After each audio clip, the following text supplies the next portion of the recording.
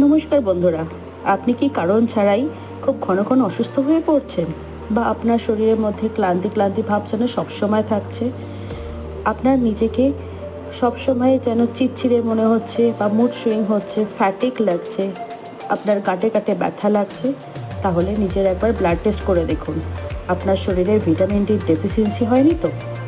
Vitamin D ডেফিসিয়েন্সির জন্য আমাদের শরীরে নানান ধরনের সমস্যা দেখা দিতে পারে।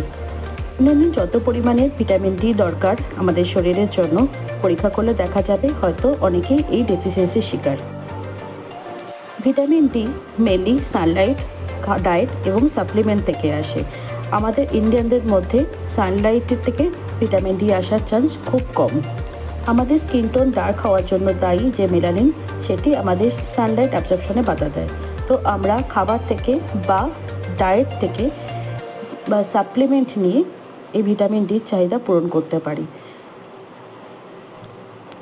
ভিটামিন ডি সাপ্লিমেন্ট সব সময় ফ্যাট জাতীয় খাবার ও ম্যাগনেসিয়াম রিচ ফুড খাবারের সাথে নিতে হয়, কারণ ভিটামিন ডি একটা ফ্যাট সলিউবল ভিটামিন।